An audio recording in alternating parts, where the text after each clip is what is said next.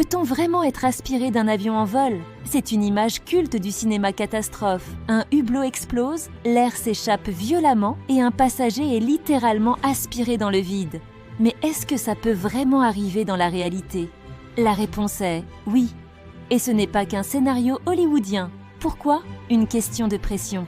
Les avions de ligne volent entre 9000 et 12 000 mètres d'altitude, là où la pression atmosphérique est trop faible pour que les humains respirent sans aide. C'est pour ça que la cabine est pressurisée.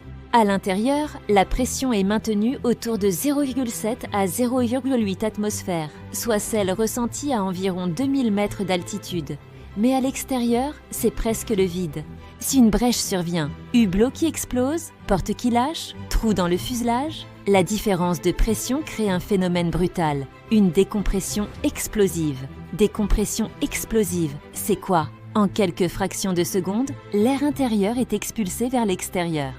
Et il emporte avec lui tout ce qui n'est pas solidement fixé, objets, papiers, bagages, et dans certains cas, des êtres humains. La force est telle que tu n'as même pas le temps de comprendre ce qu'il se passe. C'est instantané.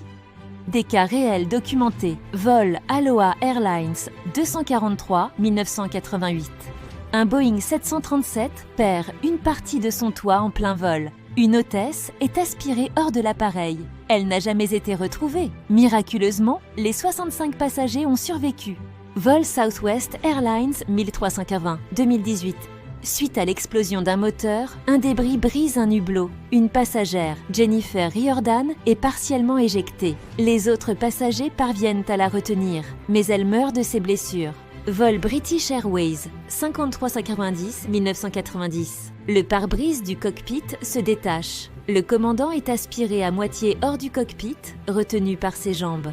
Il survit miraculeusement grâce à l'équipage.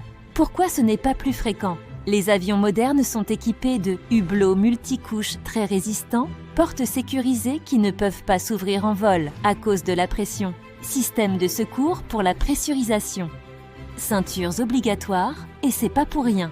Mais il suffit d'une défaillance structurelle, d'un impact extérieur ou d'un défaut de maintenance pour que le scénario devienne réel. Conclusion, peut-on être aspiré d'un avion en plein vol? Oui, ce n'est pas fréquent, mais déjà arrivé. Ce n'est pas une légende urbaine ni une invention de scénariste. Verdict, vérité rare, mais mortelle.